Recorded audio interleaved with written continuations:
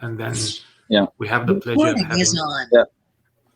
Welcome to the Monday, 8th of November, 2021 DXbiz Business Call. On the call today, we'll have a few member introductions. We have some folks here from Skynet who are joining and going to present what Skynet's been doing. There's been like a lot of like offline, off-chain conversations. And then under DXbiz discussions, we have Lido and ETH2 staking. I think there was also like a Stakewise back in the day, like a small proposal that passed. We're going to continue talking Pocket Network deal that presented here previously. Pricto will propose some treasury management ideas. And I guess what we talked about just now before the recording started, Gnosis chain. And the DX events, it's kind of like into the future, but East Denver, we should probably participate and join into the stuff that are happening there. It's the biggest conference. And then if we have time, we'll talk about Double for DX Ventures. And I think that is it. Melanie, you want to start with the introductions? Yeah, absolutely. Hey everyone, we do have a new member introduction today. I'd like to introduce Daos to the community. If you're here, it would be great if you could introduce yourself, tell us a little bit about you, maybe your area of expertise or any projects you've been working on, and just how you heard about DXDAO. Sure. Thanks, Melanie. Hi, I'm David. Wait, sorry, you became robotic, I think. Is it just me, or? Oh, sorry. I hear that too. It's I would say go ahead and do the best you can.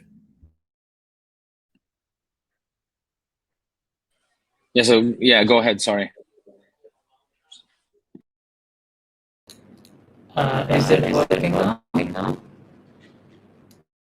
It just sounds a little bit like tinny, but I'd say don't worry about it. Do your intro, and it shouldn't be too long anyway. So I don't think it's. No, I just joined recently. Sorry. Just give me a second.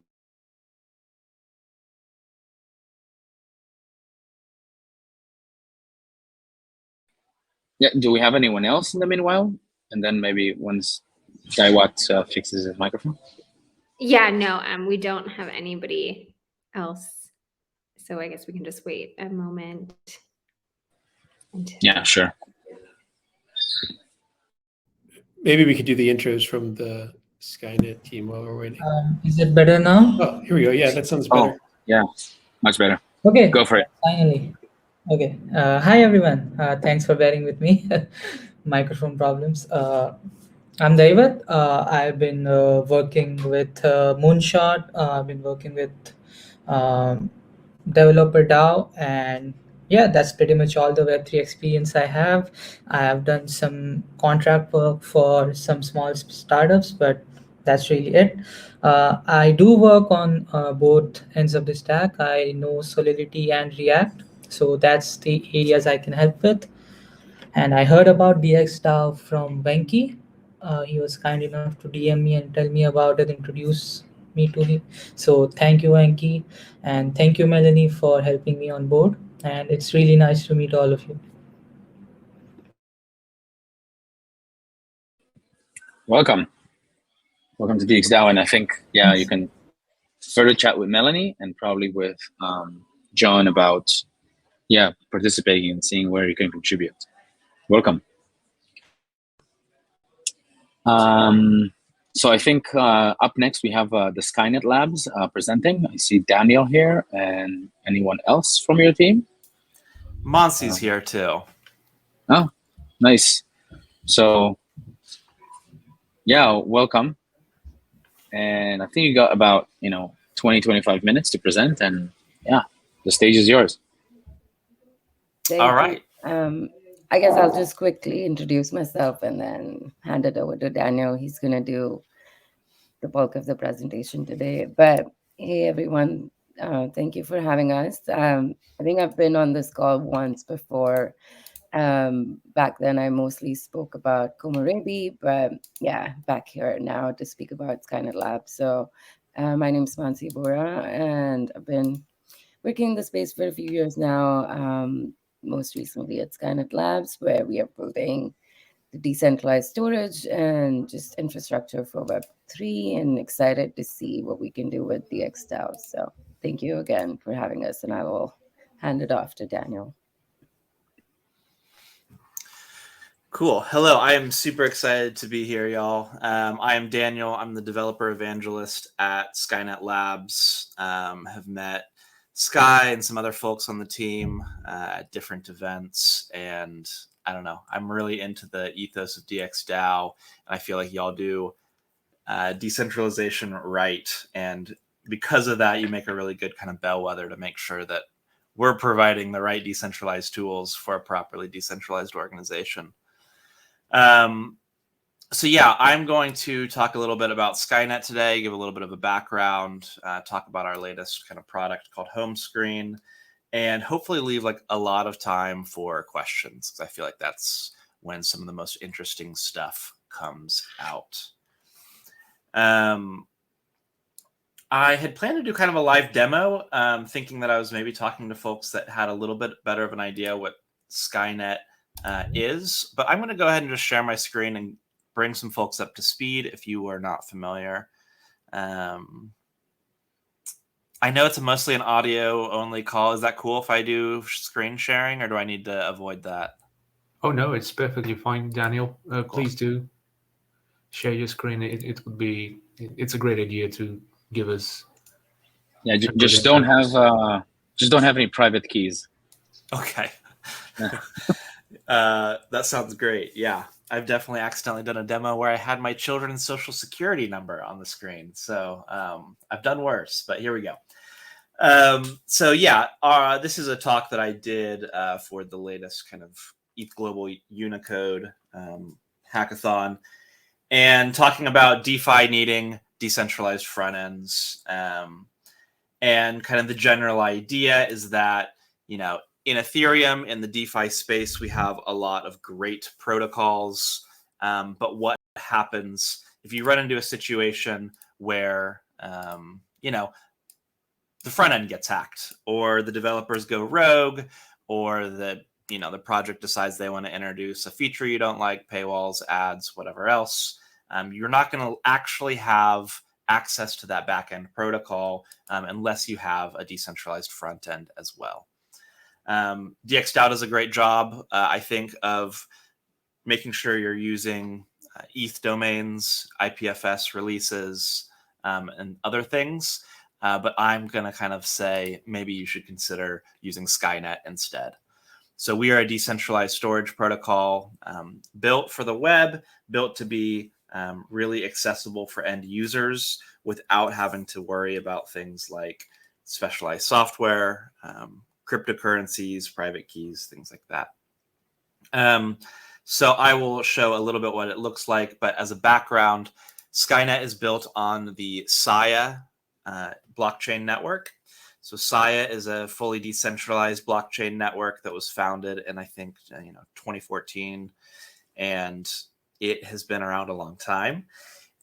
It exists as its own network where you can put storage. It's a marketplace, essentially. So you have renters and hosts, and renters will create a storage contract with a host using Saya Coin and be able to kind of have access to decentralized storage. So when they upload a file to the Saya network, it gets stored across lots of different hosts, broken up, encrypted, and they always have access to those files in a decentralized manner. The issue with the Saya network is that you have access to those files if you are running a full Saya node, and you only have access to your own files, so from the contracts that you've made with hosts. So you couldn't take a URL, send it to a friend, and have your friend access, the movie that you put on the Saya network. With Skynet, we changed that. It's kind of a level 2 for communicating and coordinating stuff on the Saya network. And so we have a portal set up, architecture, where users can use portals to access the SIA network and also do things like share links with friends. So when you upload a file to Skynet, you get a immutable Skylink, similar to IPFS. And using that Skylink, you can send that file to a friend, and you'll be downloading that data off of the SIA network through a portal. So there's lots of use cases, decentralized web apps, peer-to-peer applications if you want to persist your storage long-term, doing off-chain storage for blockchain projects, censorship-resistant website hosting, and more. So usually what this is going to look like is going to siasky.net and uploading a file. And I just want to do this just to kind of show how quick it can be. Let's just go to pictures. I'll choose this picture of me. It uploads, it processes, and we get back this link that's at siasky.net with our Skylink afterwards, which is like MAB and a bunch of other stuff. And so the portal thing that I was talking about, we have a public portal here that is siasky.net that is run by us, Skynet Labs. But there's also a community-run portal at skyportal.xyz. And if I go there, I also am accessing the exact same file. So you can see that once that file is uploaded, you can use this immutable Skylink to always access the file. And you can access that across any Skynet portal, whether that's a public one or one that you're running the local software for, because our full stack is totally open source. Okay, so that is like the gist of Skynet. Now I kind of want to transition to do a little bit of talking about home screen. I like these translations. Thank you, Nathan. We do have like kind of one-to-one parity in some ways with IPFS features, but we also add a few things on top of that. Wait. So question, is this the same as an IPFS hash? Is it like the same hash? Is They're it the not same like network or some... interoperable, no. So Okay. in technically, so let me pull up this slide here. Technically, this is not a hash of the data. This is actually the Merkle root of where you can find the data on the SIA network and some extra kind of metadata filtered in there. And so what you can do with this is you can kind of cryptographically guarantee on the client side when you download this file that the data has not been changed by the portal, and also that the data that was uploaded matches what the original uploader uploaded. So there are similarities in concepts between what we're doing and IPFS is doing, but these are not like interoperable data types or anything at all. Does that answer that question? Yeah. I thought it was like the same, so it's not a SHA-256. No, it is like IPFS uses. Okay. Yeah, and underlying too, can we still reproduce the same hash on multiple machines? Yes, you can. So the only thing that will change that hash is if there's like some variation in the file or some variation in like the upload metadata. So there's like small pieces of metadata like the file name on Skynet that will actually end up changing what that hash would be.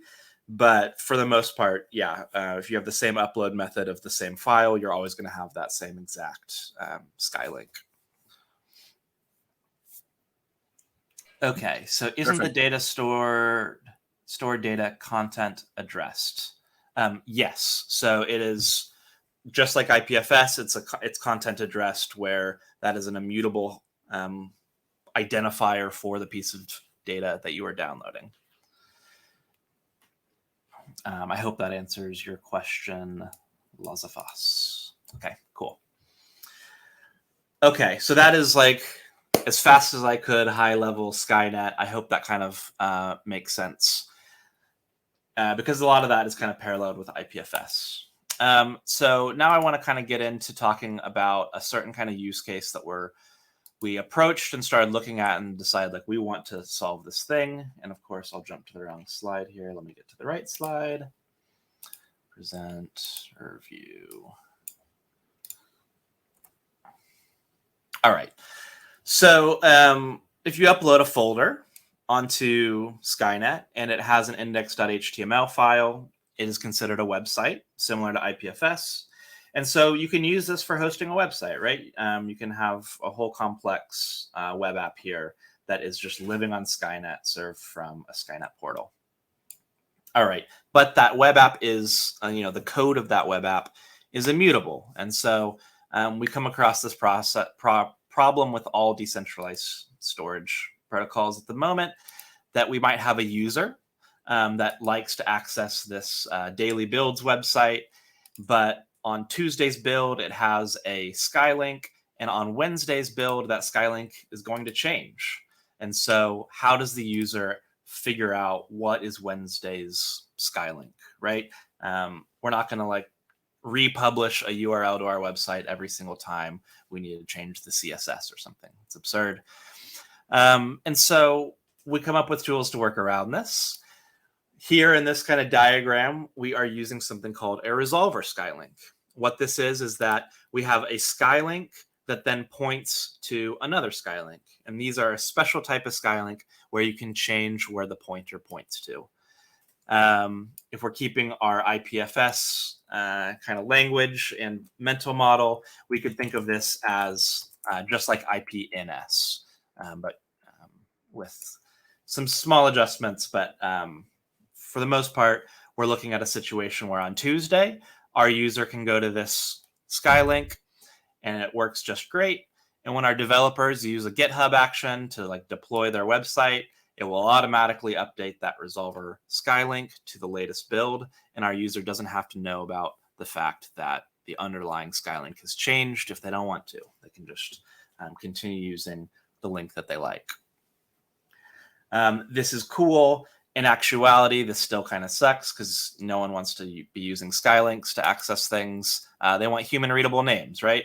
And so you can set up something like dailybuilds.com, dailybuilds.eth, and use those as a decentralized human readable name to then point at the resolver Skylink, which points to Wednesday's build. So this is kind of the state of IPFS2, right? Right now, if you go to dxdao.eth, I believe it's pretty much set up like this. I think it's a human readable name. It points at an IPNS name, and then new builds get pointed to by that IPNS name. I think that you also have some sort of governance stuff that might update some of those hashes and things. I don't know all the logistics. But this is kind of the state of the world for where these things are at. Hey, Daniel. Hey, Sky here. Hi.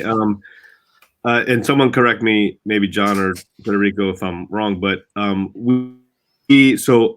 dxdao.eth points directly to the IPFS hash rather than using an IPNS in between.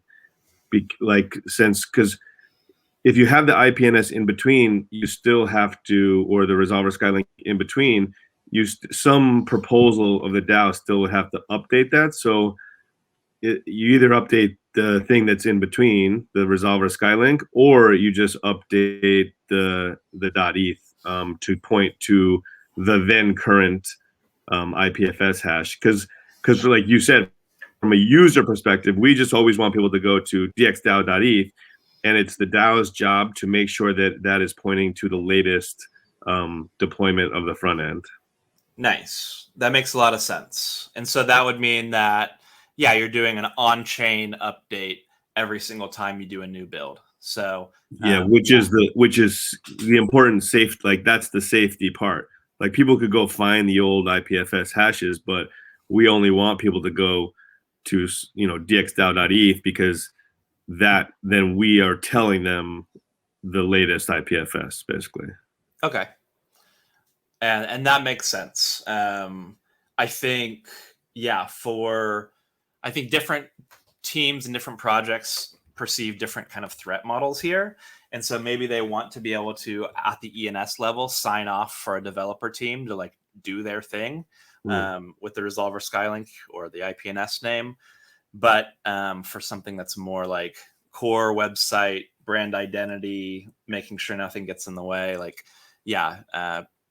pay the ETH and make an on-chain transaction for every single one of those. That makes sense. Mm-hmm. And so that's kind of like, actually, I guess, DXDAO's kind of current solution to the problem that I'm going to be kind of presenting here, which is like, is decentralized hosting good enough? And so, unfortunately, I'm not going to like update my diagram on the fly here, but I think we can just kind of like make the parallels happen. So let's assume that on Thursday, the bad thing happens, right? So someone got in, they made a bad build, the developers went rogue, there's malware, they dropped dark mode, like everything is just wrong now. So the decentralized structure that we have here doesn't work, right? This is a problem. So, because what's going to happen is when that, if we automate these things with, say, a GitHub action, that resolver Skylink is going to automatically point to that latest build. Again, this is not a threat model that is going to be applicable to DXDAO. But let's keep going with this to see what Skynet has come up with. So we had the resolver Skylink now pointing to Thursday's build. And,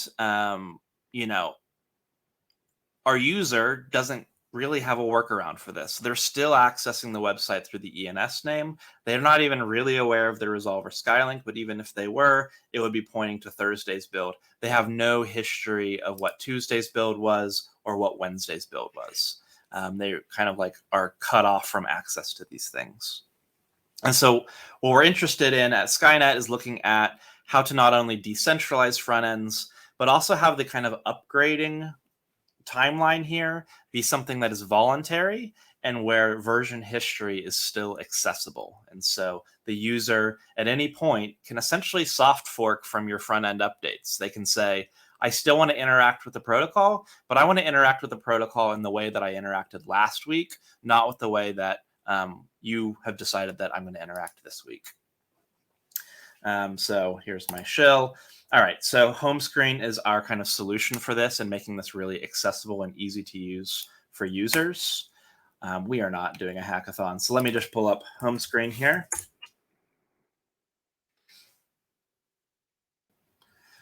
And this is going to be kind of what home screen looks like. Let's go ahead and just sign out. Goodbye.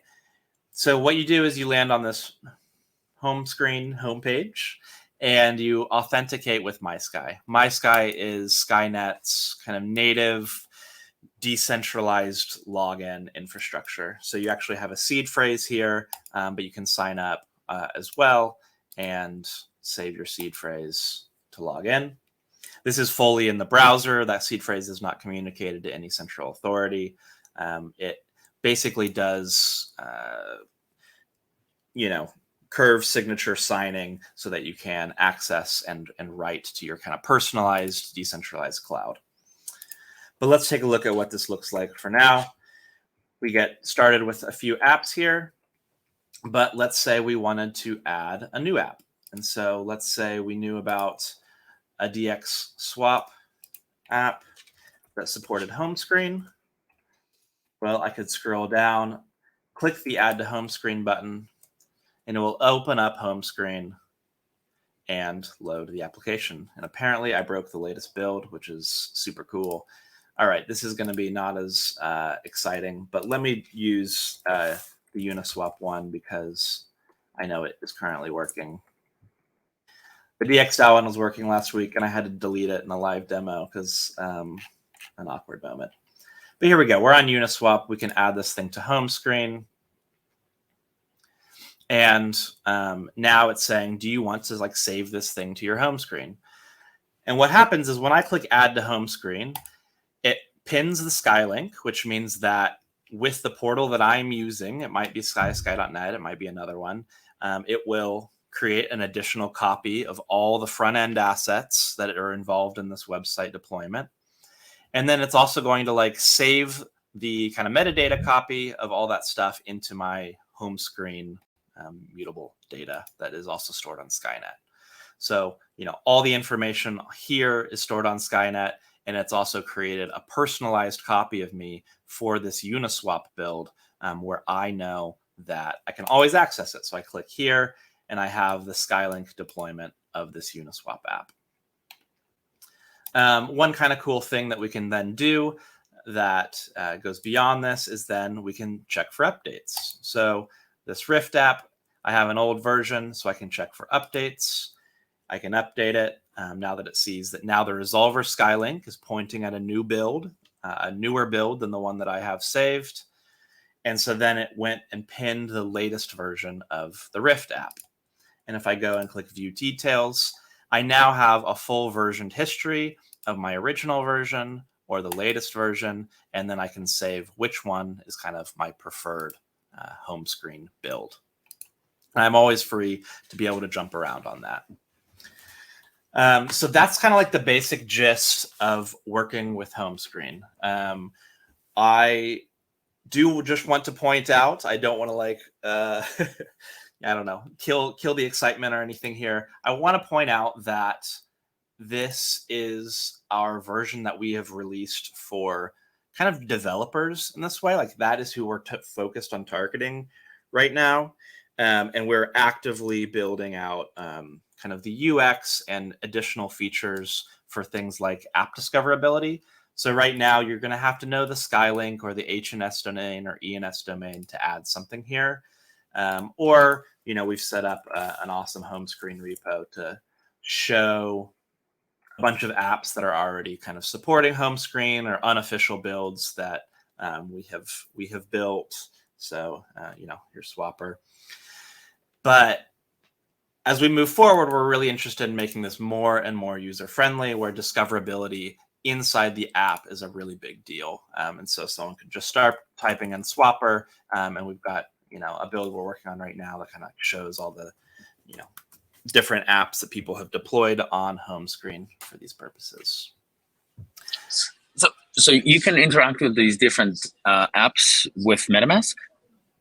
Yeah, absolutely. So if I opened up Uniswap right now, this is hosted on sciasky.net. And because it's using Ethers.js, when I connect with MetaMask,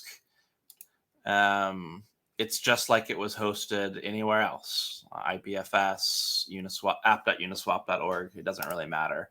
Because basically all of this stuff is not needing the backend server. It just needs that code inside the browser to talk to my wallet in order to then make transactions that I signed and send to the network, right? So, yeah, that's super cool. I think there's a question here by Lucy. Does this only work with a resolver that Skylink set up? Yes and no. The update part, yes, right now.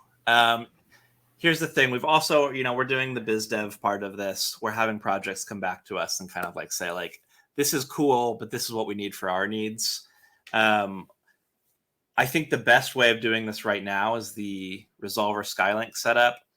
Also very open to like looking at the product and suggestions. But for now, yeah, that update, if you don't have a Resolver Skylink, let me show actually the mechanics of how that works.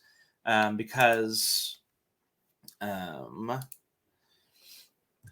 how we actually know what the Resolver Skylink is, it's not when you add it inside home screen here.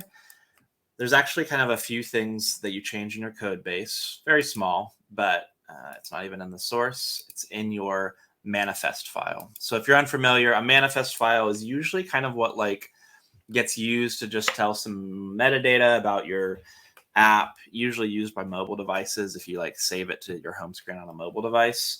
But we use it as a way to get kind of the name, description, icon, but also as a place to set the Resolver Skylink. And so if we set the Resolver Skylink here, that means I can pass my friend an old build that doesn't include the Resolver Skylink. It isn't a recent Skylink, but we know where the developers are, you know, basically signing with their private key to make updates to the you know, release stream in that way. It would be cool if it worked with the ENS name. I mean, I think that is a total possibility because we've already set it up so that,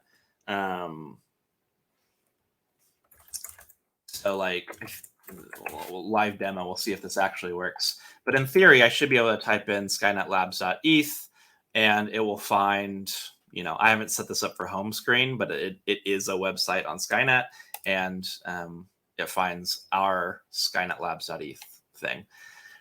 And so I'm kind of interested in that idea, actually. Maybe under here, instead of just Skylink, there could be something like .eth name or something else. So instead of as an application saying we're signing off on this resolver Skylink, you can say we're signing off on this ENS name. I'm going to type that in my notes over on the side real quick here. Daniel, so this is a high level question. So in like a true decentralized world, and this has happened before, like when Augur first launched, like they wanted you to run the Augur application like on your computer, right? And if you're running like front ends on your computer that are accessing Ethereum dApps, that is more like, if everyone in the world was doing that, like that becomes a stronger decentralized, like more stronger. They can't be harder to get shut down or something. And so in the meantime, that's quite difficult for like a lot of people. So you guys are making this like place home screen that like makes that a little bit easier. So instead of having just like one-off applications, you can like have all the front ends all running through this, and you can see the prior versions. But it's not as easy as just like going to like one URL in a browser, which is what most people in the world hope for and expect. But it's kind of the in-between of that and actually going to GitHub and like downloading a front end onto your own computer. It's like makes the stronger decentralized use of dApps easier than it ever before. Is that kind of correct? Yeah, I would say that's a great summary of what's happening here. I mean, from like a UX perspective, for me at least, if I have, just kind of quote unquote a browser, then the only thing I use DeFi on, like I would like that much better. If I could, just that browser, it has like a homepage, it has all the apps that I usually use, and I could like, act in with DeFi and everything, just with that, and not like expose, I don't know, the rest of like my email stuff to like DeFi. Yeah, I think that's interesting too. I think, from a project perspective, both you and Sky's comment have a thing where, maintaining and building an actual buildable proper application or web browser or something else comes with its own set of headaches.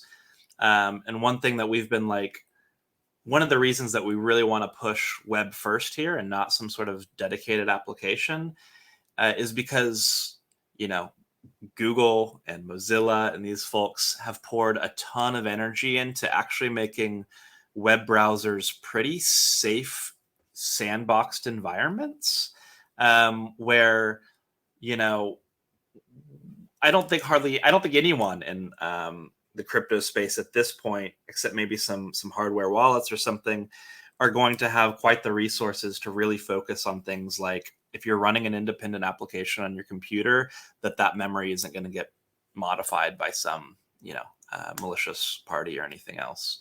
And I also just think that the UX experience for opening up a website is a lot simpler. And I think too, like, if you did want this as your homepage that didn't interact with your email or anything else, like Chrome has got user profiles, which I think are great for this. You could just make a user profile that literally had the MetaMask that you used for DeFi, and this is the homepage, and there would be no other kind of accessible data, being crossed over in that way.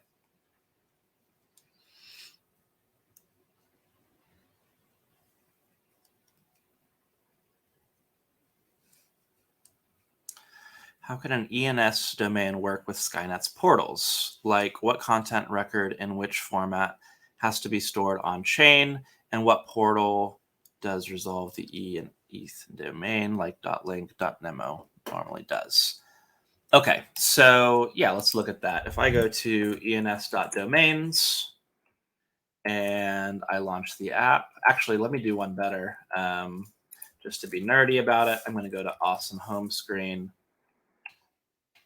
And I am going to add the ENS manager to my home screen because I want to use the version that I trust. And so now I'm using the ENS app. I'll log in here. And let's say I look at SkynetLabs.eth. You can see that as my content hash here, I have set that resolver Skylink. So this is a resolver Skylink set on ENS. We have worked with the ENS team to have kind of native support inside the ENS manager. And so everything works here. You can set SIA hashes inside of ENS. You can set resolver Skylinks or traditional Skylinks. Now, that doesn't mean the annoyance is over. So then we have to look at like SkynetLabs.eth /. So this is how it gets resolved, typically by MetaMask. That is concerning. That typically works. So we need to talk now to the MetaMask team and make sure that still works for everyone. But we've also worked with the Cloudflare team to make sure that SkynetLabs.eth.link works.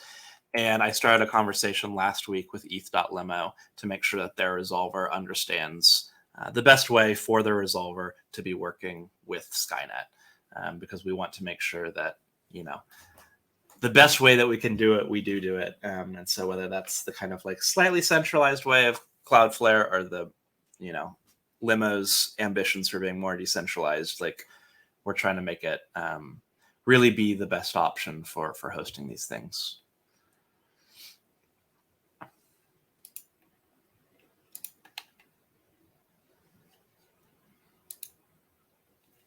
I also just want to like say one other thing. If you've seen me like interacting with, you know, home screen here where I like maybe, let's see, maybe SkyTransfer has seen some updates. When I go to like check for updates and I'm accessing that web page in the background, and then it can make some decisions on that. And then I can update that. And then I can upload this SkyTransfer to Skynet and then change some metadata and then upload that to Skynet.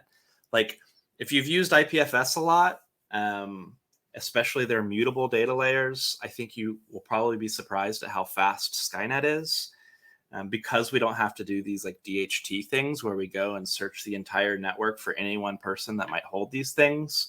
And we have a more structured setup where we have hosts that we get pieces from, and we can predict maybe what hosts might have these pieces. We are a lot more performant than IPFS. Daniel, so is it possible to do, this is maybe too technical for me, but maybe a developer could chime in too, but is it possible to do what we currently do and this instead of like one or the other? Like, can we start doing this in addition to what we already do? And have like redundancy where users have multiple ways to get to DXDAO's apps, dApps, and things? Or is it like you have to choose one or the other?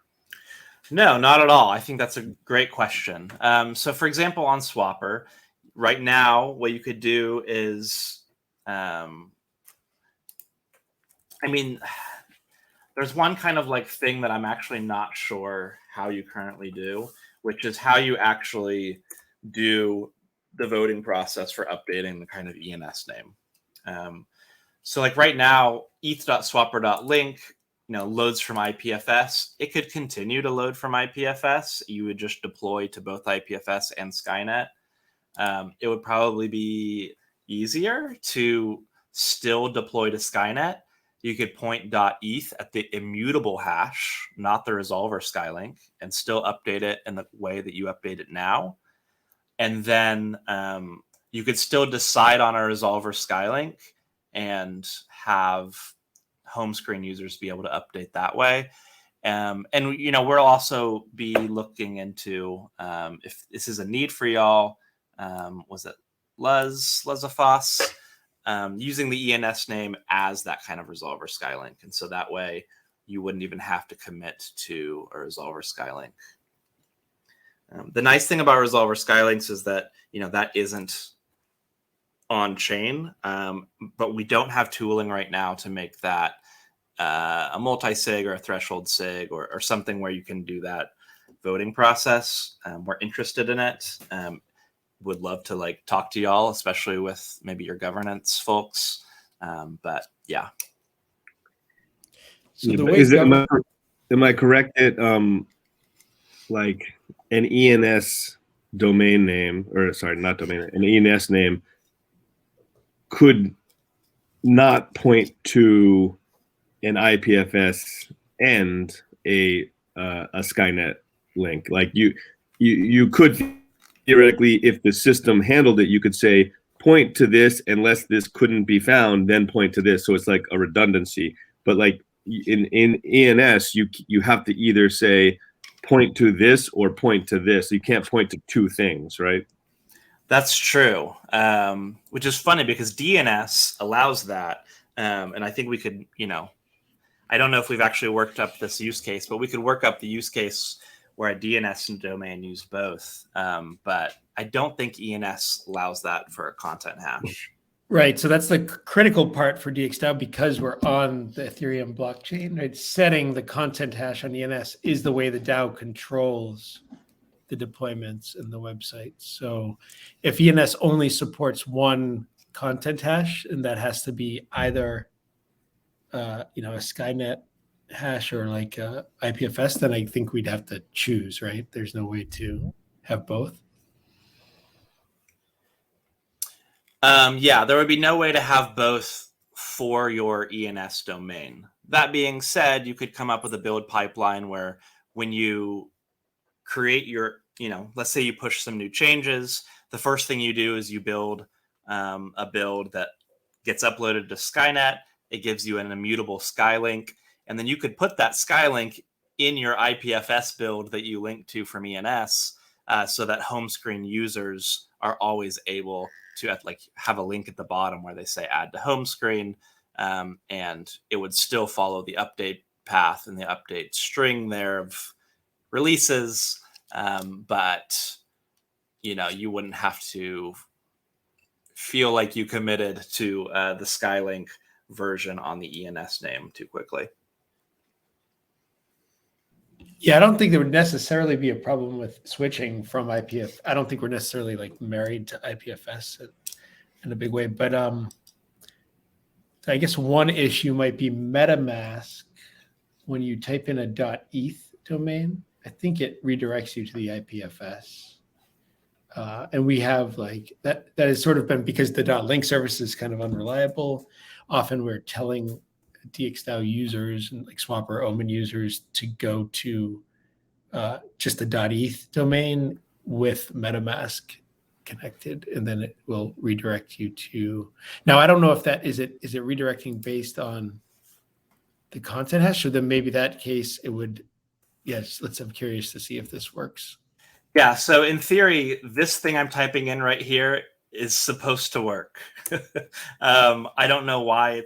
Oh, there it is. It was acting up for a second there. But yeah, we made PRs to MetaMask. They got accepted by their team and worked with them to make sure that basically when it looks at that Skynet hash, it could be a variety of different protocols. And if it's Skynet, make sure that it connects to, right now it's our preferred portal or our portal, sci-sky.net. We do have kind of in our roadmap to make sure that users can select which portal that they are accessing by default when they put in an ENS name, because we don't want to, artificially insert an accidental centralization, bottleneck there. But I'd echo Lucy's question here too about the how is this incentivized? Because I think that's one of the kind of fundamental issues with how we're using IPFS right now is we're just relying on Pinata essentially, and it's not properly incentivized to be a long-term paid solution. Yeah. So my issue, let me say my issue with Pinata and then kind of say how we try to kind of get around it. So my issue with Pinata is that you upload to Pinata and Pinata provides your data on the IPFS network, right? but they also are the ones storing your data. And you don't really know where they're storing it. Maybe they're storing it on AWS. Maybe they have something else. Maybe they even set up a Filecoin backend that they pay for. But the idea is that if Pinata decides to shut y'all down or anyone down, the data is being both served and hosted by Pinata. And so, at any given point, they say, hey, we're not going to allow you to upload or download from us anymore, but they're also able to actually pull your data off the IPFS network if it hasn't been duplicated or replicated somewhere else on the network. Skynet doesn't work that way. When you upload something to sci-sky.net, we create these kind of contracts with the hosts for you and get the data on those hosts that you can then download from any other portal. But those contracts last for anywhere from 60 to more days. And so in that instant, 30 days later, sci-sky.net could say, hey, we're not doing business with you. And all it takes is for you to run up your own portal or go to a different portal and pin that file there. And then that other portal will make sure that the contracts are made and that data stays online. So you never actually have to worry about losing that data or losing access to that data. Okay, so that's kind of like my weird Pinata criticism, is that they're both storing and pinning the data to the network.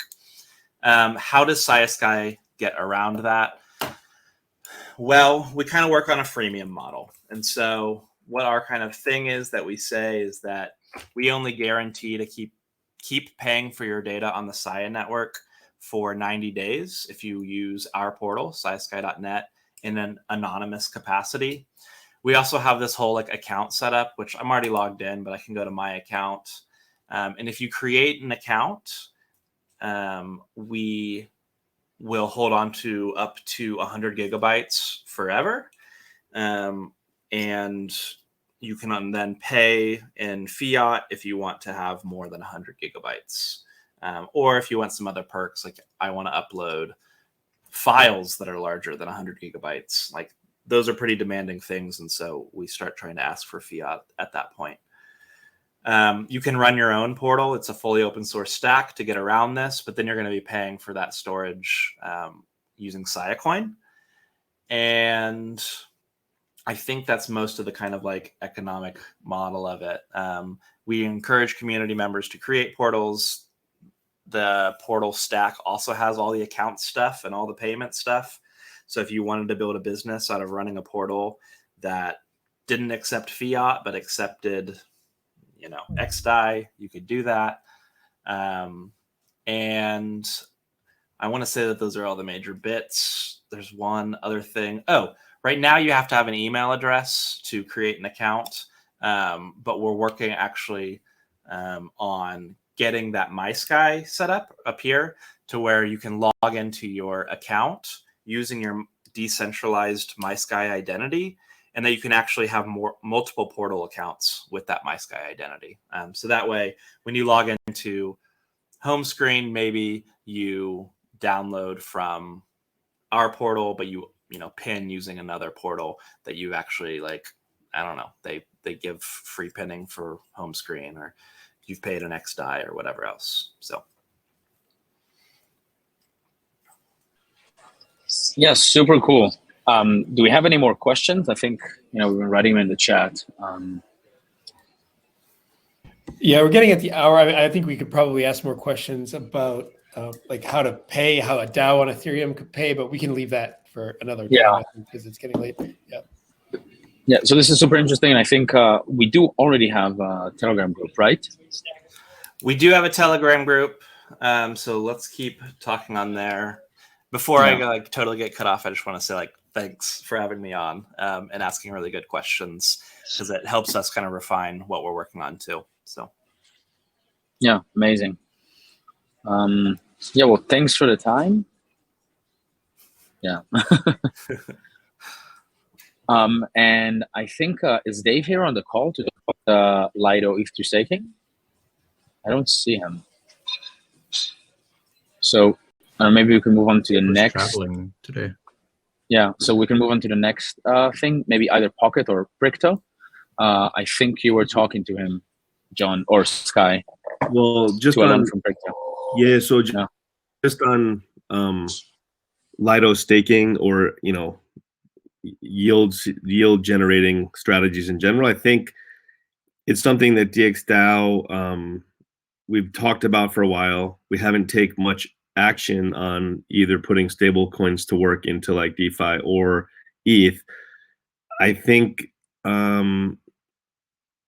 it's basically, there are risks and rewards for this, and I think Dave already has a plan to start to experiment, right? These are all experiments. And so I think even if it's in small size, like putting some of DXDAO's ETH into yield earning ETH via liquid staking makes sense. And it's kind of like we haven't this is like a DAO question in general.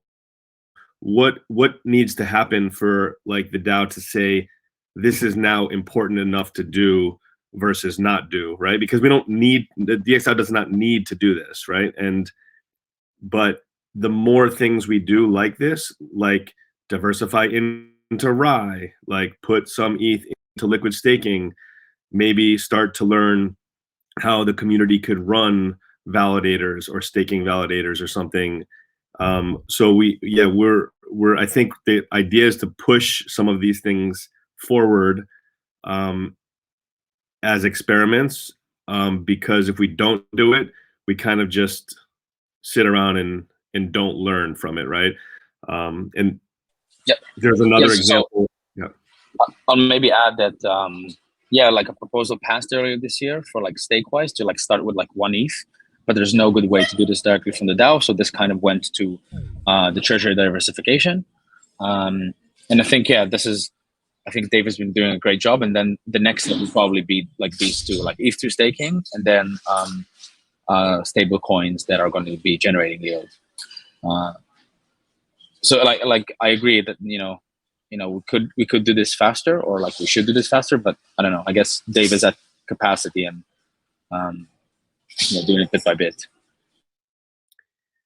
Yeah, it's not so much like, it's not that hard, because in this scenario, the idea is to like take some ETH, put the ETH, turn the ETH into like do a trade to turn it into staked ETH, right? We're not actually building an integration to like actually put it into the Lido system. We just turn ETH into staked ETH and then move it back to DXDAO. So it's just a matter of like, there's some risk reward, right? Okay. And Dave's working on a post, with some of these strategies. At the same time, this relates to the Pricto conversation that a few people had with this team who is looking at different treasury management strategies for DAOs, and this kind of this team has a bunch of experience. I think DXDAO is very unique in its current treasury versus many other DAOs, which are like 95% or 99% native token.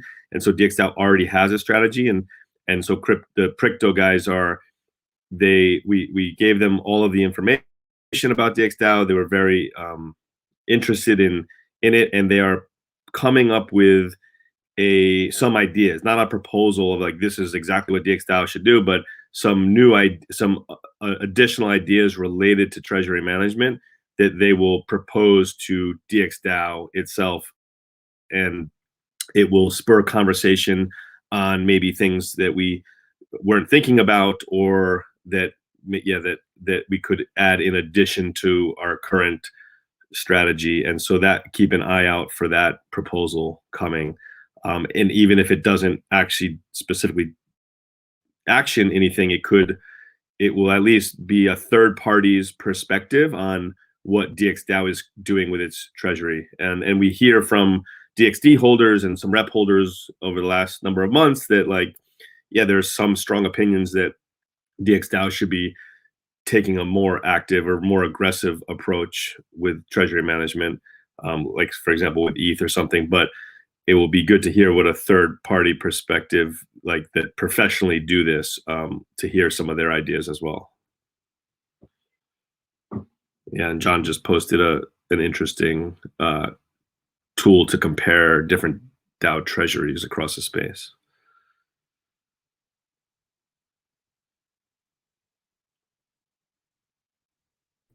Yeah, as Sky mentioned, I think if you were to look at just non-native tokens, DXDAO would be, I think, like 5th or 6th on that list.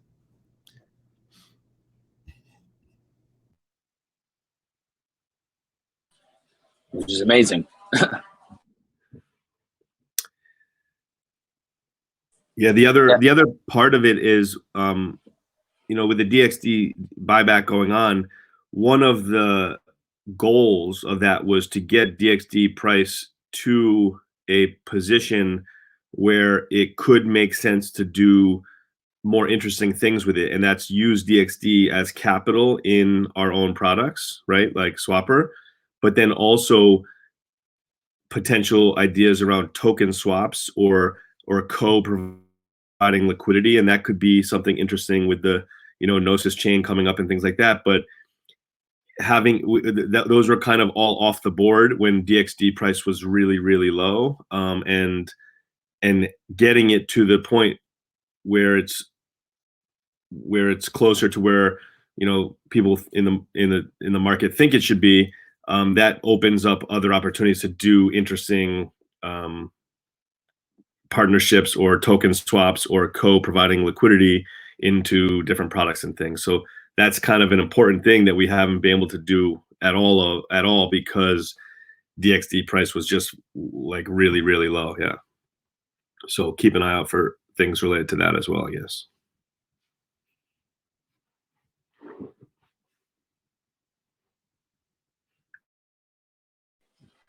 Awesome.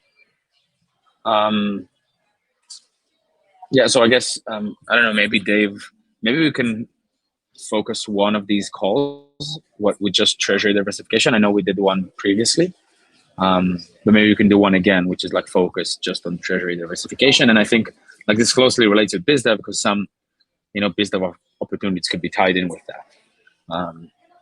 BizDev and I guess even like the Ventures, because some of these projects that are fundraising, they want like liquidity to be provided as well.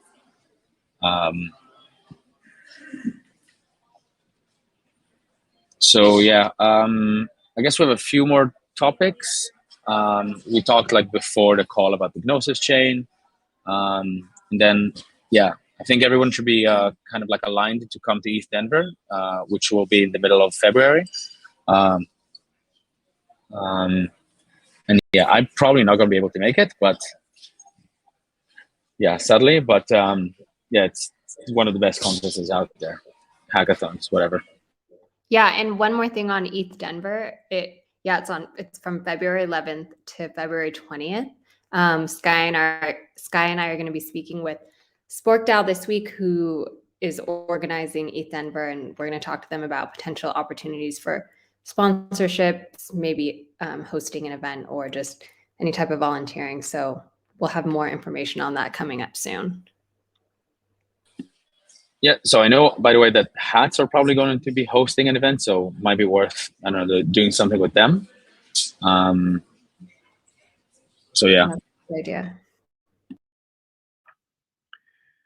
Yeah, there's also likely a Daoist event that's going to happen again that week, which if we like the last Daoist, and the Daoist is going to get bigger and bigger, and actually the Daoist is becoming a DAO, and DXDAO is a member and will be and is a member of the DAO basically, and so continuing to stay involved with that and maybe even expand and become one of the leaders in the if we want to be leadership in the DAO world, like, and spread the message and things like that, the Daoist is a good platform to do it with, I think.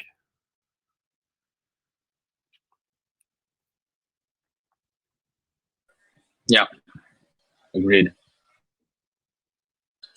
So I think like we're a bit over time, but if anyone has any other thoughts, considerations?